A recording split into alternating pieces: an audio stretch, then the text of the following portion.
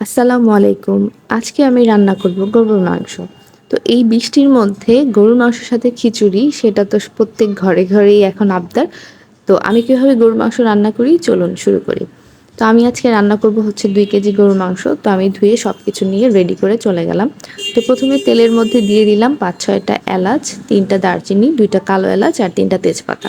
তো এটাকে আমি মৃদু আঁচেই একটু নেড়েচেড়ে ফ্লেভারটা বের হলেই তার মধ্যে দিয়ে দিচ্ছি হচ্ছে রসুন কুচি।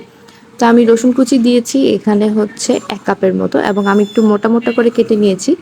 আর আমার হচ্ছে রসুন কুচি মানে রসুন তেলে ভাজার মধ্যে যে ফ্লেভারটা সেটা ভীষণ ভালো লাগে, এই জন্য আমি রসুনের পেস্টটা ইউজ না করে আমি রসুন কুচিটাই ইউজ করেছি। কিন্তু এটা কিন্তু রসুন যেহেতু এগুলো বড় রসুন, এটা কিন্তু পরে গলে যাবে। তো এই তো রসুনটা হালকা একটু নাড়ার পরেই যখন র ফ্লেভারটা বের হবে আমি তার মধ্যে দিয়ে দিব প্রায় 2 কাপের মতো পেঁয়াজ কুচি। তো পেঁয়াজ কুচিটা হচ্ছে আমি মিডিয়াম আঁচে নেড়েচেড়ে একটু ভেজে নিব, কারণ নয়তো একদিকে রং হবে মানে ব্রাউন কালারটা হয়ে যাবে আর আরেকদিকে হয়তো সাদা থেকে যাবে। তো এই তো আমি অনবরত নেড়ে পেঁয়াজটা ব্রাউন কালার করে ভেজে নিলাম। এই পর্যায়ে আমি এই ভাজার মধ্যেই দিয়ে দিব হলুদের গুঁড়া আর হচ্ছে মরিচের গুঁড়া। তো এই পর্যায়ে এটা বা হলুদের গুঁড়ার মরিচের গুঁড়াটা ভেজে নিলে হয় কি অনেক সুন্দর একটা ফ্লেভার হয়, আর তরকারির যে কালারটা সেটা অনেক সুন্দর আসে। তো এই তো আমি একটু হালকা করেই ভেজে নিব। ভেজে নেওয়ার পরে এই পর্যায়ে আমি দিয়ে দিব এর মধ্যে আদা বাটা। যেহেতু আমি রসুন কুচি দিয়েছি এই জন্য আমি রসুন বাটা দিইনি। তো এখন দিয়ে দিচ্ছি আদা বাটা।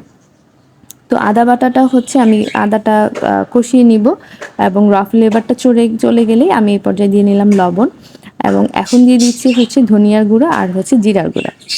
তো আমি জিরার গুঁড়াটা এখন একটু কম দিব, কারণ আমি নামানোর আগে আবার একটু জিরার গুঁড়া দিব।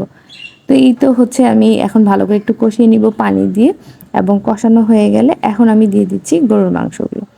গরুর মাংসগুলো এখন আমি ভালো মতো কষিয়ে নিব মিডিয়াম আঁচে, এবং গরুর মাংস কষানোর সময় যে পানিটা বের হবে সেটা আমি একদম মাখা মাখা হওয়া পর্যন্ত বারবার ঘন ঘন নেড়ে আমি কষিয়ে নিব। তো এরকম মাখা মাখা হয়ে গিয়েছে। তো আমি এখন হচ্ছে একদম ফুটন্ত গরম পানি করে রেখেছিলাম। তো আমি এখন হচ্ছে গরম পানিটা দিয়ে নিচ্ছি এবং দিয়ে আমি এখন একদম ফুল আঁচে ঢেকে আমি এটাকে রান্না করব। তো এই তো রান্না প্রায় শেষ। তো আমি নামানোর আগে আবার একটু দিয়ে নিব হচ্ছে জিরার গুঁড়া আর হচ্ছে কাঁচামরিচ মাঝখানে কেটে নিয়েছিলাম। তো সেটা একদম শেষে আমি কাঁচামরিচ দিলে আমার কাঁচামরিচের যে ফ্লেভারটা সেটা থাকে, ভালো লাগে। তো সবার কেমন লাগলো জানাবেন। ভুনা খিচুড়ির রেসিপিটাও আমি আলাদা করে দিয়ে দিব, আপনারা দেখে নেবেন। সবাই ভালো থাকবেন। আল্লাহ হাফেজ।